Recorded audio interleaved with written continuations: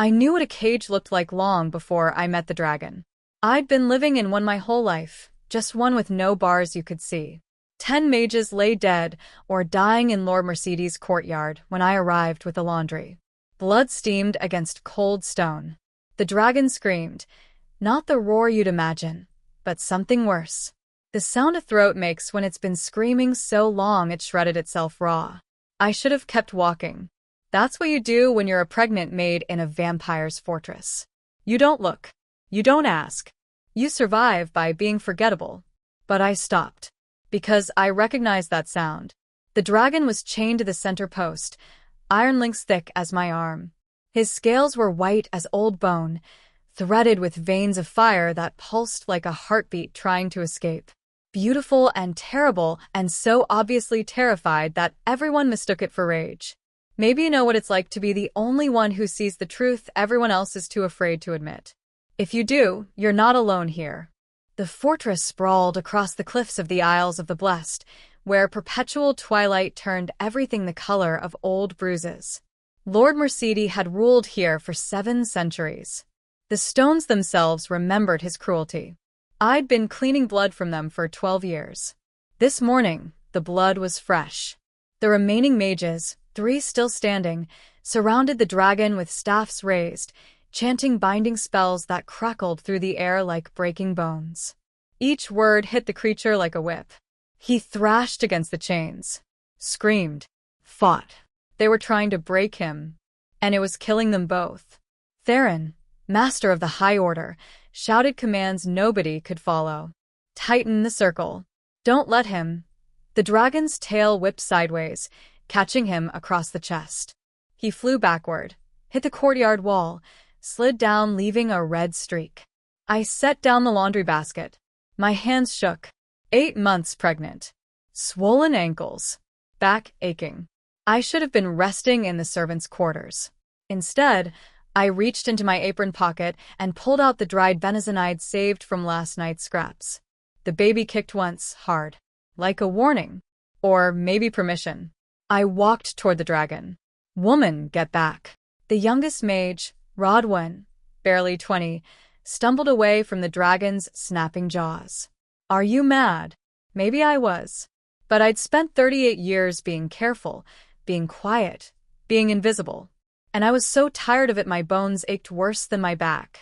The dragon's eyes found mine. They were gold, lit from within like molten metal. For one breath, we looked at each other. Really looked. I saw terror. Pure, animal terror wrapped in scales and fire because that's the only language they'd taught him. He saw.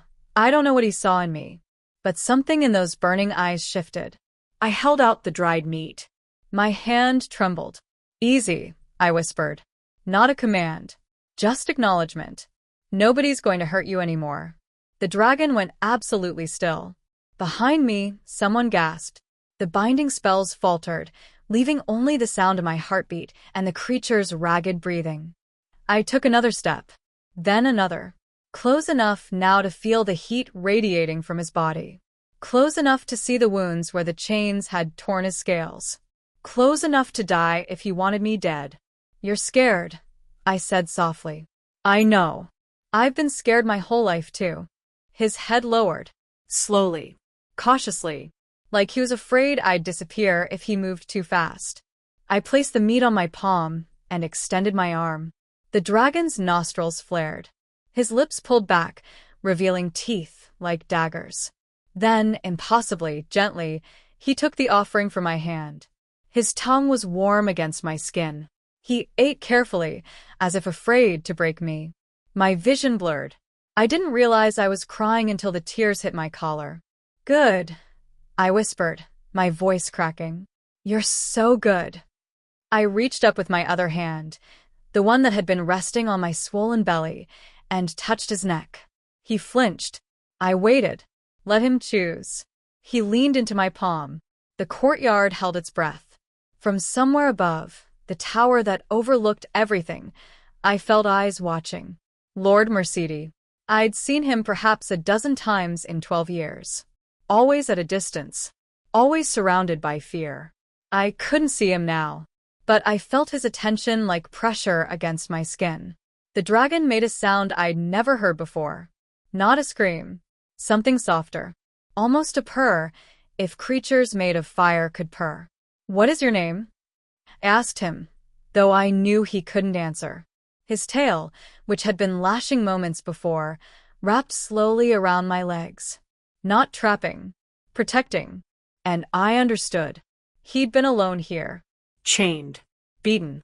Used as a symbol of Lord Mercedi's power but never treated as anything that could feel pain. Just like me. My breath hitched. The baby kicked again, and the dragon's head tilted, golden eyes focusing on my belly with something that looked almost like wonder. "I'm Salome," I told him, because someone should know my name, even if it was a dragon. "And I think you and I understand each other." Behind me, Rodwen's voice came thin with shock. She calmed him. How? But I wasn't listening.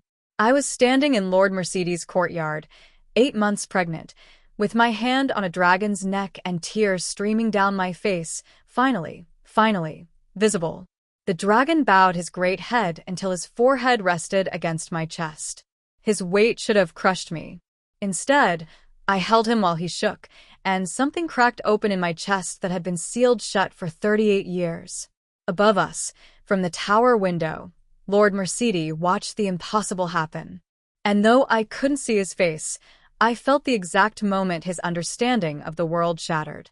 Because a pregnant maid had just done what 10 of his most powerful mages could not. Not through force. Through recognition. They came for me at dawn. 2 of Lord Mercedi's blood-sworn guards, faces carved from stone, voices that offered no explanation.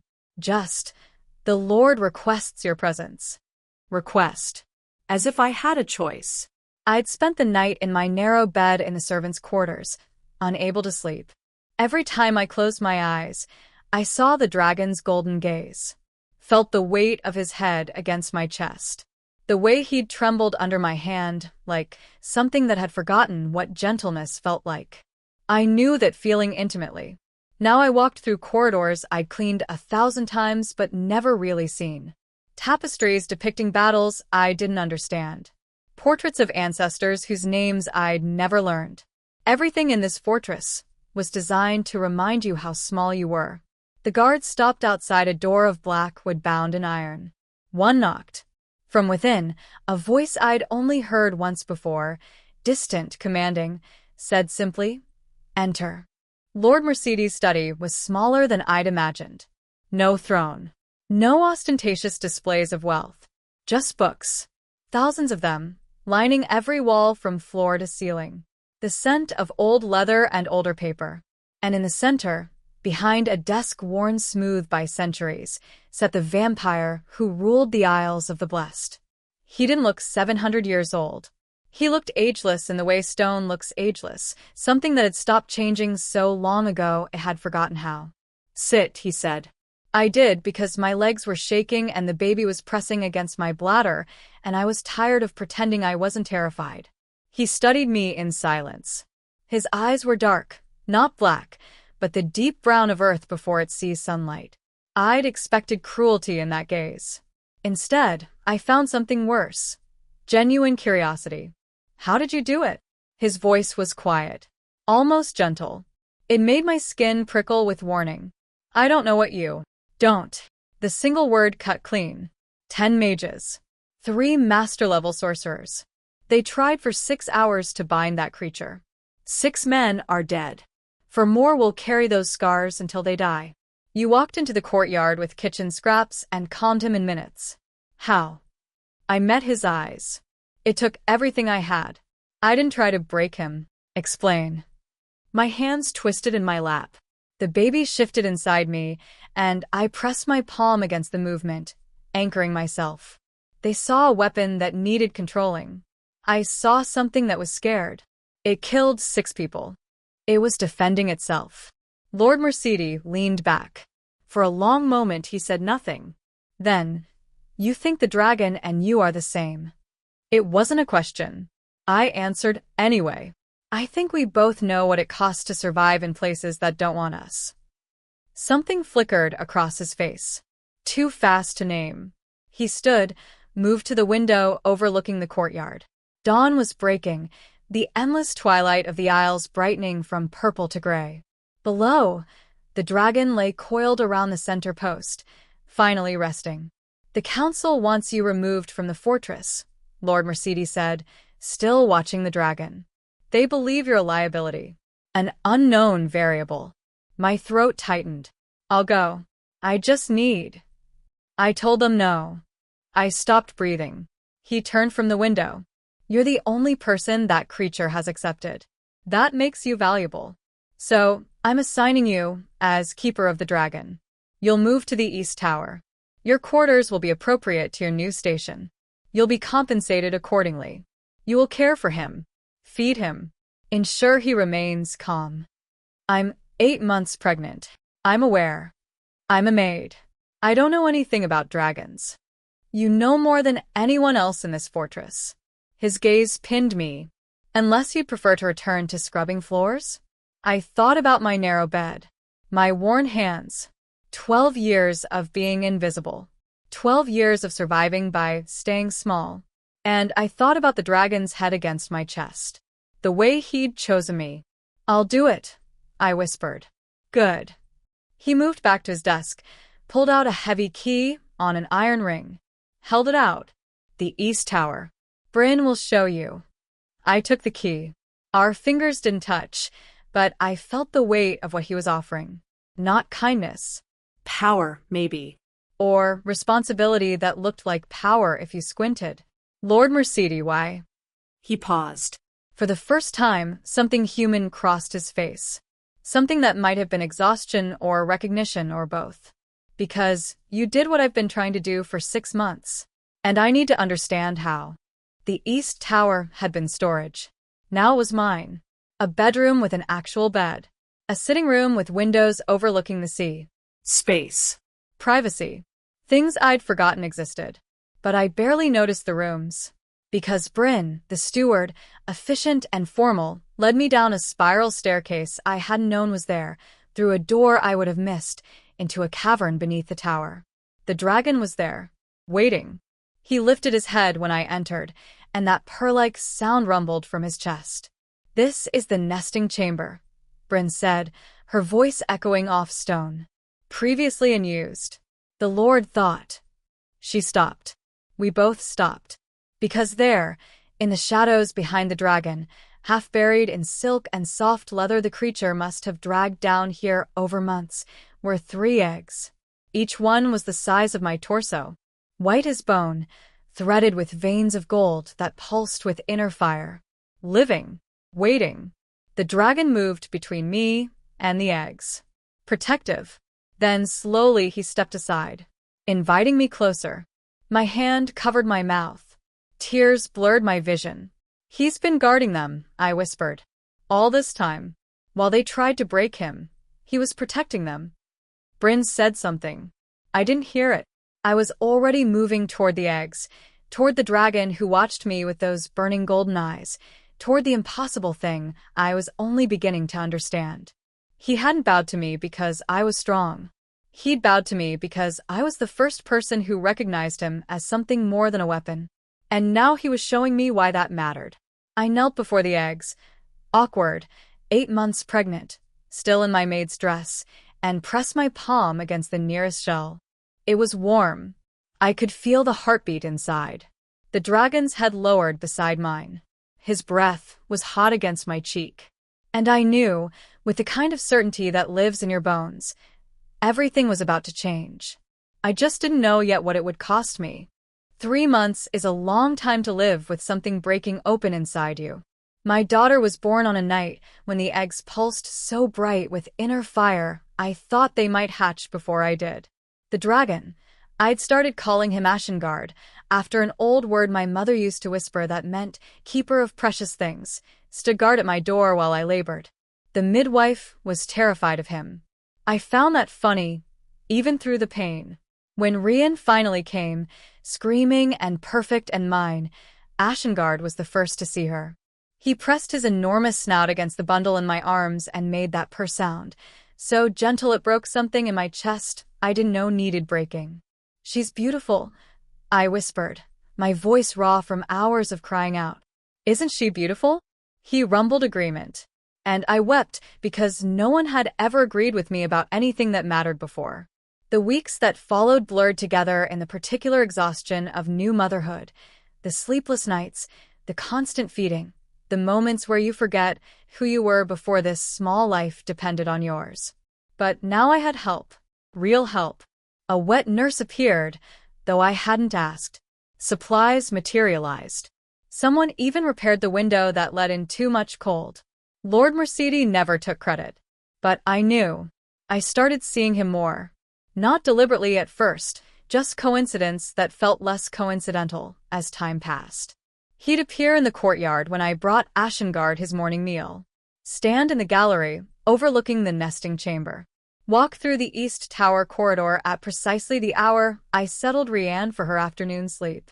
He never spoke, just watched with those dark, ancient eyes. I should have been afraid. 12 years ago, I would have been.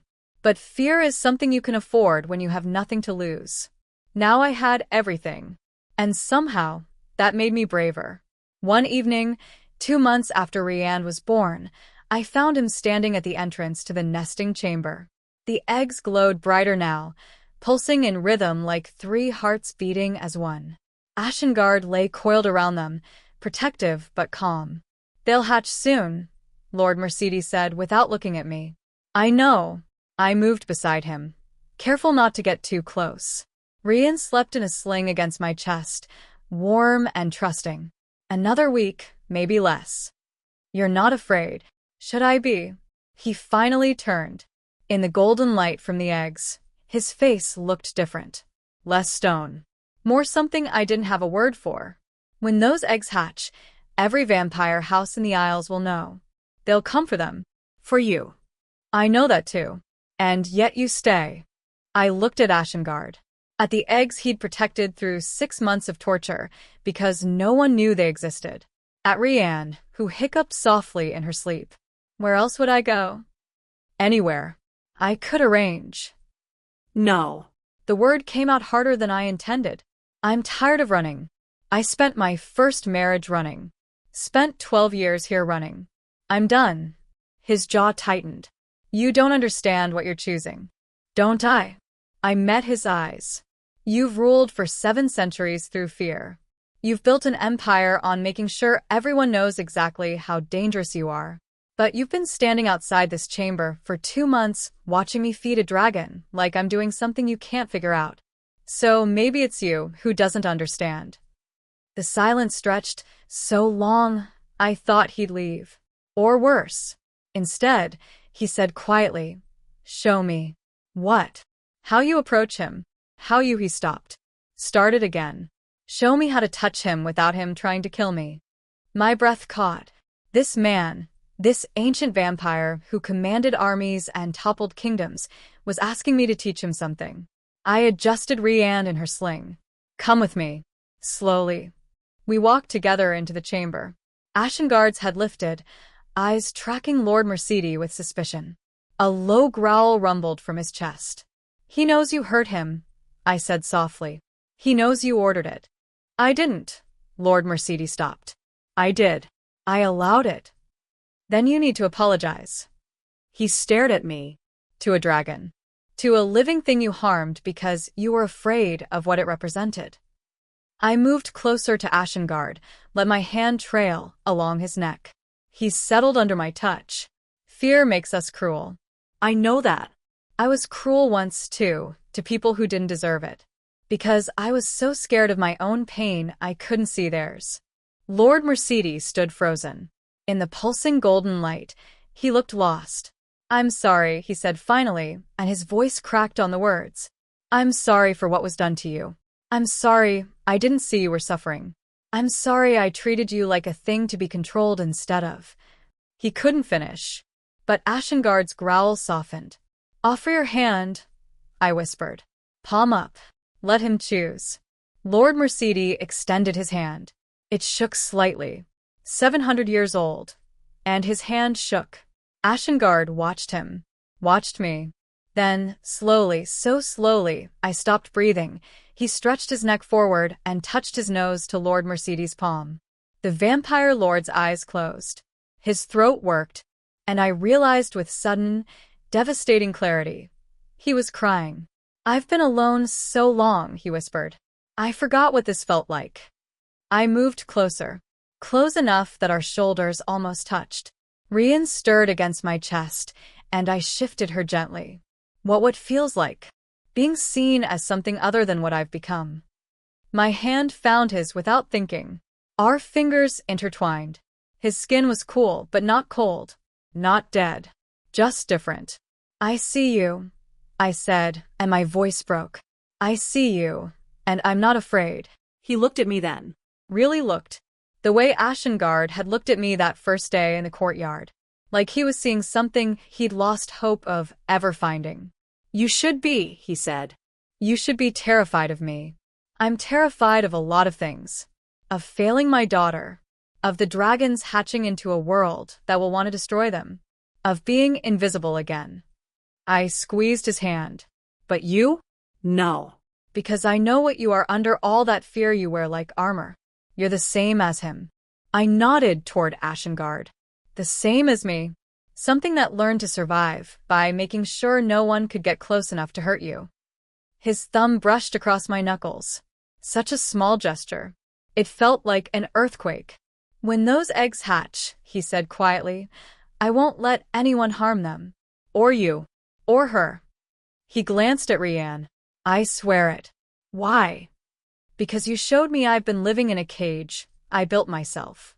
And I'm tired, Salome. I'm so tired of being afraid."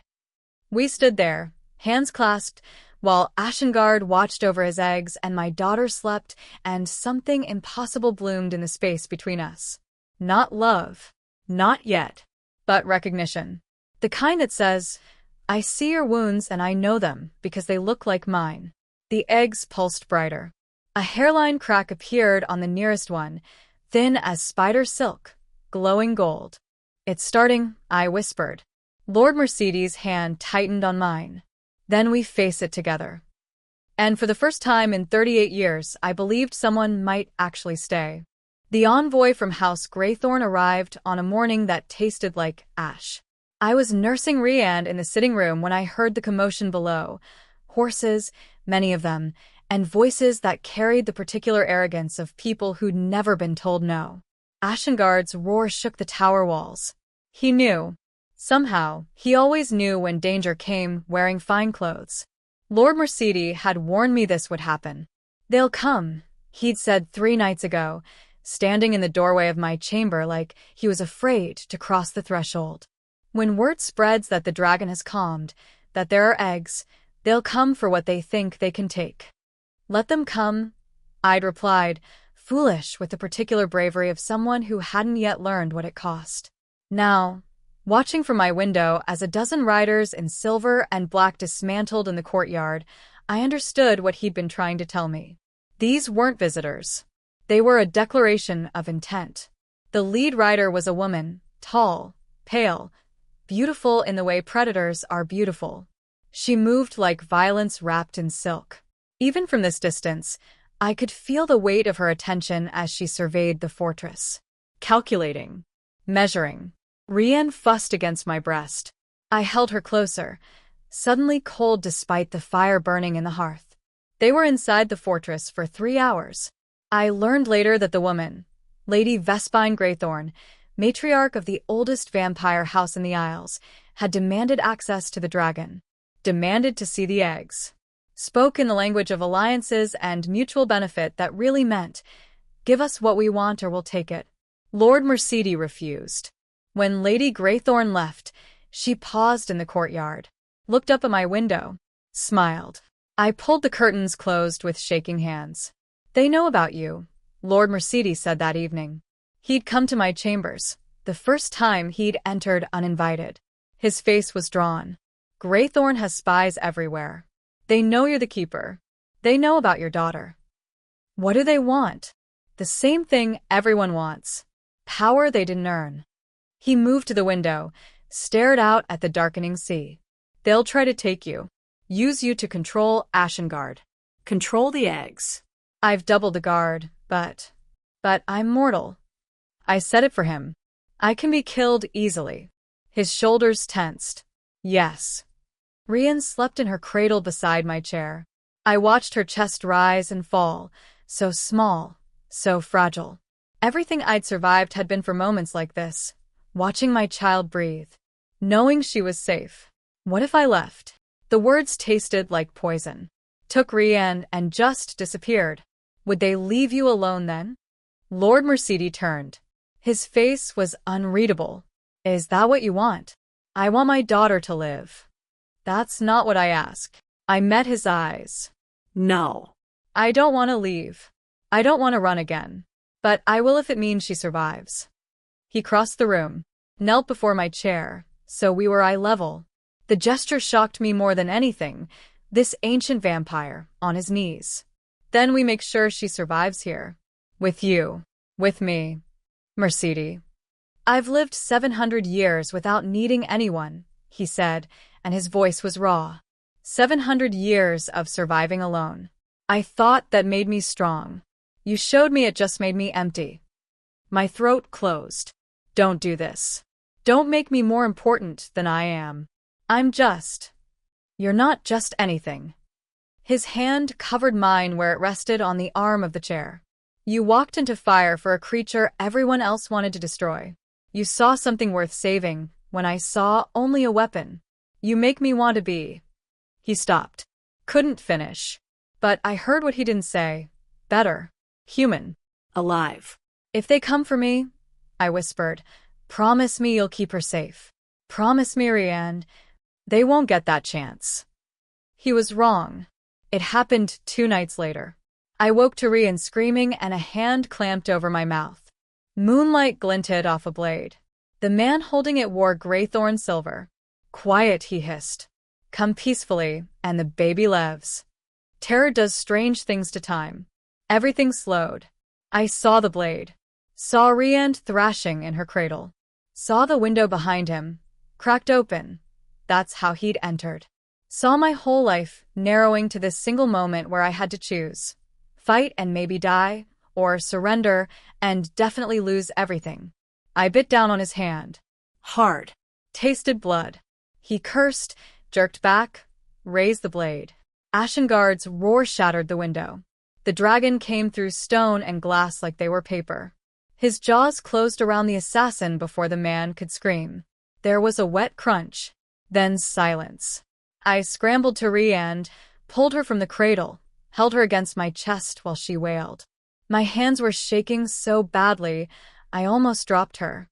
Lord Mercedi appeared in the doorway, blood on his clothes that wasn't his. Behind him, guards dragged 2 more bodies. The full scope hit me then. This hadn't been one assassin. This had been coordinated. Are you hurt? His voice was deadly calm. I shook my head. Couldn't speak. He crossed to me, touched my face with surprising gentleness. I'm moving you to the inner keep. My personal chambers. Rian too. I'm assigning bloodsworn guards. No one enters without my explicit permission. Your council will object. Let them. His jaw set. You and your daughter are under my protection. Anyone who challenges that challenges me directly. Mercedi, this will start a war. Then it starts. He pressed his forehead to mine, brief, desperate. I've spent centuries avoiding this. Avoiding connection. Avoiding anything that made me vulnerable. But I'm done. I'm done pretending I don't need. He stopped, but his hand cradled the back of my head. And I understood. He couldn't say it yet. Couldn't name what was growing between us. But he felt it. God help us both, we felt it. Ashengard stood over the dead assassin, golden eyes fixed on me. Waiting. He'd known. Had been waiting in the shadows.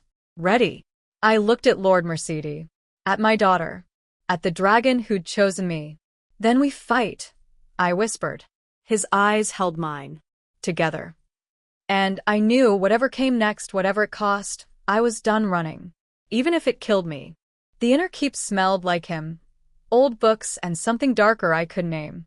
Cedar maybe, or the particular scent of someone who'd lived so long they'd absorbed centuries into their skin.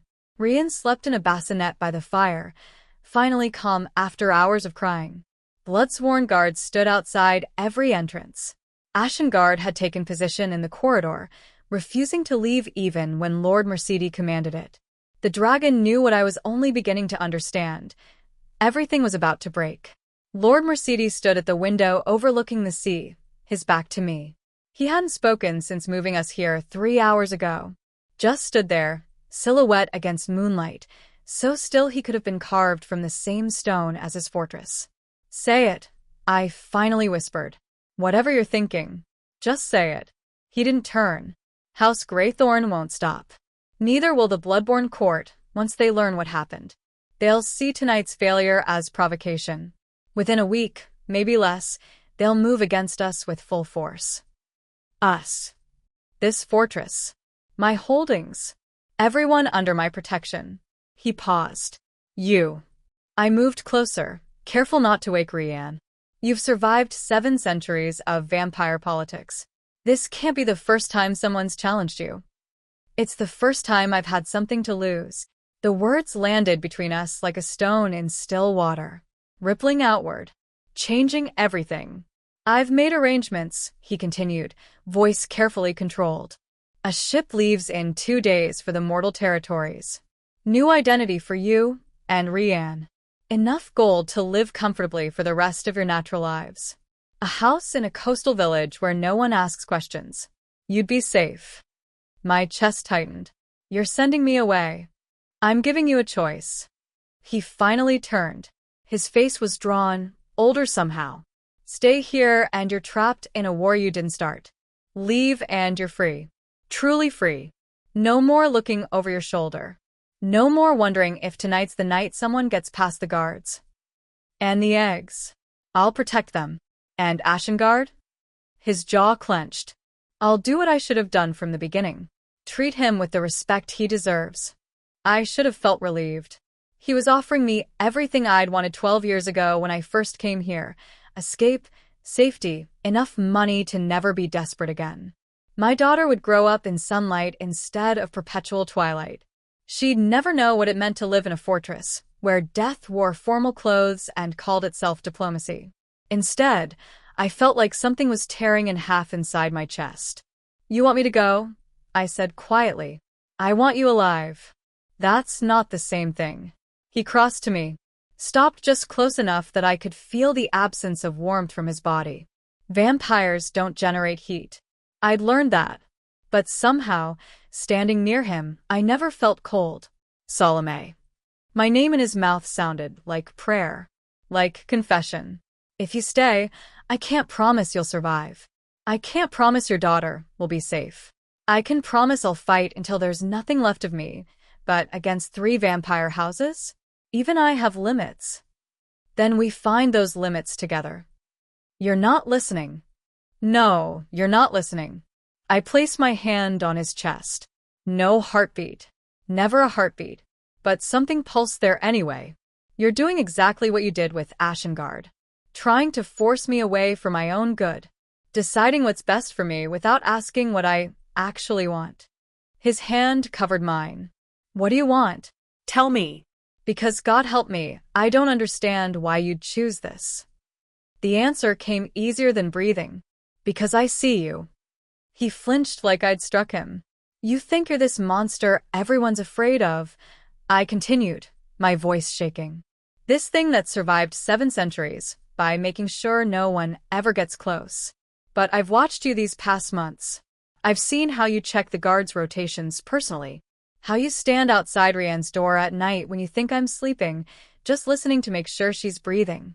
How you bring Ashengard the cuts of meat you know he prefers, because you've been paying attention. That's not. You're terrified, I said, and tears blurred my vision. You're so terrified of caring about something that you're trying to send me away before you have to admit you already do. His throat worked. If something happens to you, if something happens to me, at least I'll have chosen it. I'll have chosen to stay in a place where I matter. Where my daughter gets to see her mother stand her ground instead of running. Where a dragon bows to me and a vampire lord looks at me like I'm. My voice broke. I couldn't finish. Like you're what? His voice was raw, desperate. Like I'm worth dying for. The silence stretched so long, I thought I'd miscalculated. Thought I'd seen something that wasn't there. Then his hand cupped my face, thumb brushing away tears. I didn't realize I was crying. I've lived 700 years, he whispered. 700 years of surviving. Never living. Just surviving. Do you understand what you've done to me? You and your impossible kindness? You walked into my courtyard and showed me I've been living in a cage I built myself. And now you're asking me to watch you risk everything because you're too stubborn to. I'm not stubborn. I'm tired. The truth poured out, unstoppable. I'm tired of being afraid. Tired of making myself small. Tired of surviving when I could be living. You taught me that. You and Ashengard. You both showed me that sometimes the most dangerous thing you can do is choose connection over safety. His forehead pressed against mine. If I lose you, you won't. You can't promise that. No, I agreed. But I can promise that sending me away won't make you less afraid. It'll just make you alone again. And I think you've been alone long enough. He made a sound, not quite a sob, but close. His arms wrapped around me, careful of my still healing body, and I felt him shake. 700 years old, and he was shaking. I don't know how to do this, he confessed against my hair. I don't know how to care about someone without destroying them. Then we learned together. I held him back, this ancient powerful thing that everyone feared, and felt him cling to me like I was the only solid ground in a world that had stopped making sense. We learn together and we protect what matters and we don't run. The eggs will hatch soon. I know. When they do, every vampire house in the Isles will descend on us. I know. We might not survive. I pulled back just enough to meet his eyes. Then we don't survive. But at least we'll have been seen. Truly seen. And maybe that's worth more than another 700 years of safety. He kissed me then. Gentle. Desperate. Tasting like the particular grief of finally having something worth losing. Stay, he breathed against my mouth. I'm not going anywhere. And I meant it. Whatever came next, siege or slaughter or something worse, I was done running from the only place I'd ever felt like more than a ghost passing through someone else's story. The eggs pulsed brighter in the chamber below, counting down to the moment everything would change. We held each other and waited for the end of the world to begin. They came at dawn, when the world was caught between darkness and light, the hour when even vampires feel vulnerable. I woke to the sound of stone breaking. Not cracking. Breaking. The entire fortress shuddering like something massive had struck the outer walls. Rianne screamed. Ashengard's roar answered from the corridor, primal and furious. Lord Mercedi was already moving, pulling on armor I'd never seen him wear. They're here. Greythorn brought the Bloodborne court. Maybe others. His hands shook as he fastened the breastplate. Take Rianne to the interior chamber. The one with the iron door. Lock it. Don't open it for anyone except me. What about the eggs? Forget the eggs. Another impact. Closer. The window shattered inward, showering glass across the floor. Shouts rose from below. Steel on steel. Screams. The wet sounds of bodies dying. The eggs, I said again, already moving toward the door. They're hatching. I can feel it. Salome, no. But I was already running. Rianne clutched against my chest, Ashengard's massive form clearing the path ahead. Down the spiral stairs, through corridors filling with smoke and blood. Guards fought everywhere, Mercedi's people against vampires in silver and black and crimson. I didn't stop. Couldn't stop.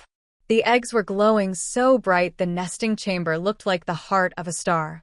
I laid Rianne in the corner, wrapped in blankets, behind an outcropping of stone. Stay here, baby. Mama will be right back. She was crying, terrified, but I couldn't. There wasn't time. The first egg cracked open with a sound like thunder.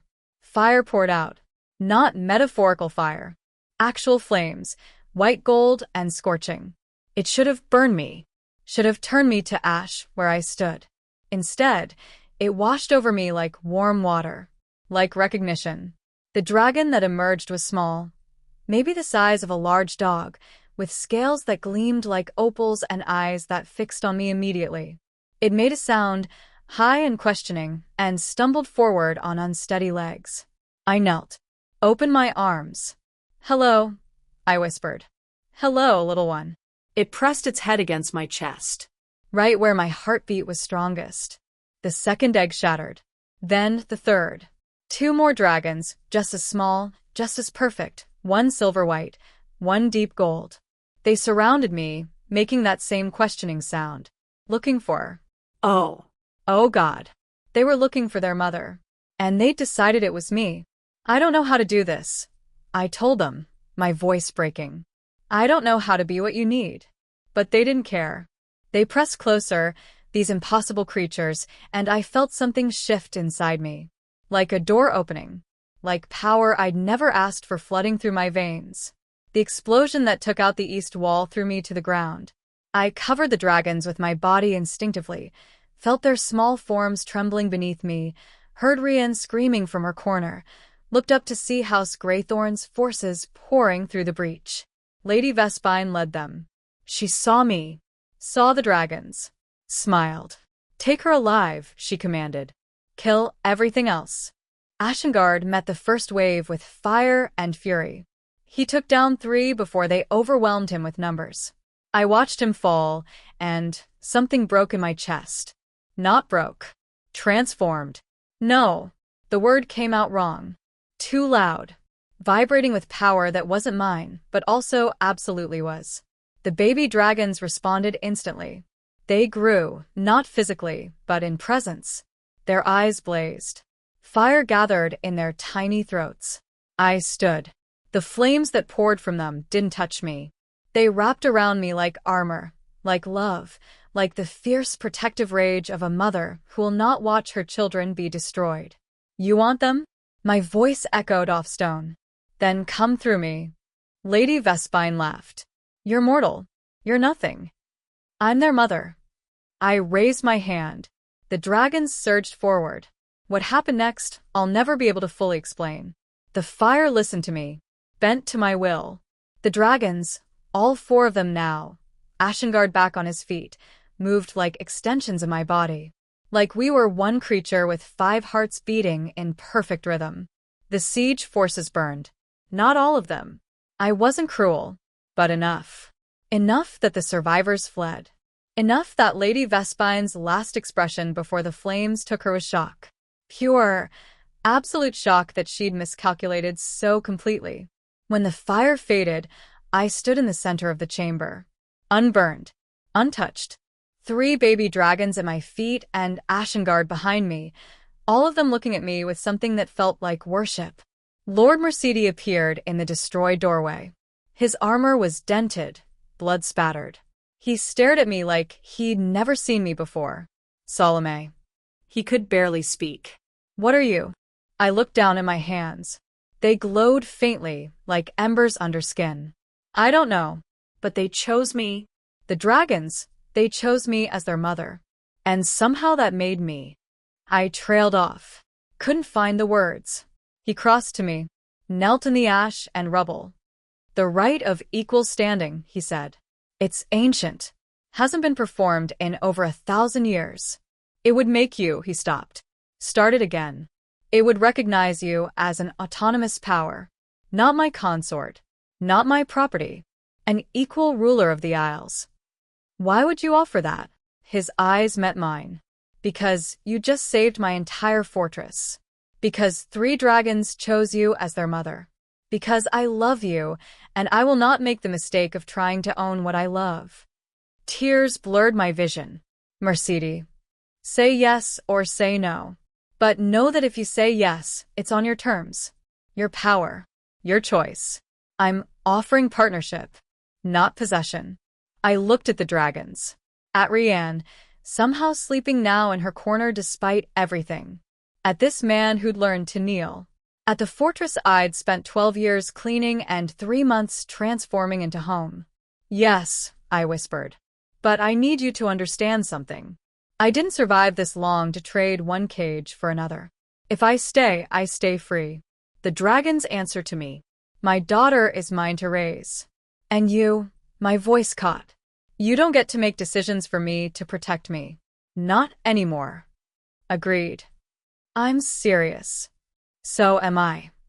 He took my hands. They were still glowing. I spent 700 years alone because I was afraid of exactly this. Of caring so much it could destroy me. You taught me that destruction is just another word for transformation.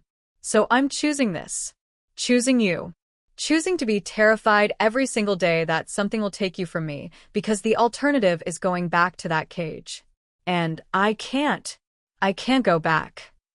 I pulled him up, kissed him with ash on my lips and power singing through my veins. Then we moved forward, together. The baby dragons made happy sounds. Ashengard rumbled approval. Rian woke up and reached for me, and I scooped her up, this perfect child who'd given me a reason to stop running. Outside, the Isles were waking to a new reality. The pregnant maid was gone.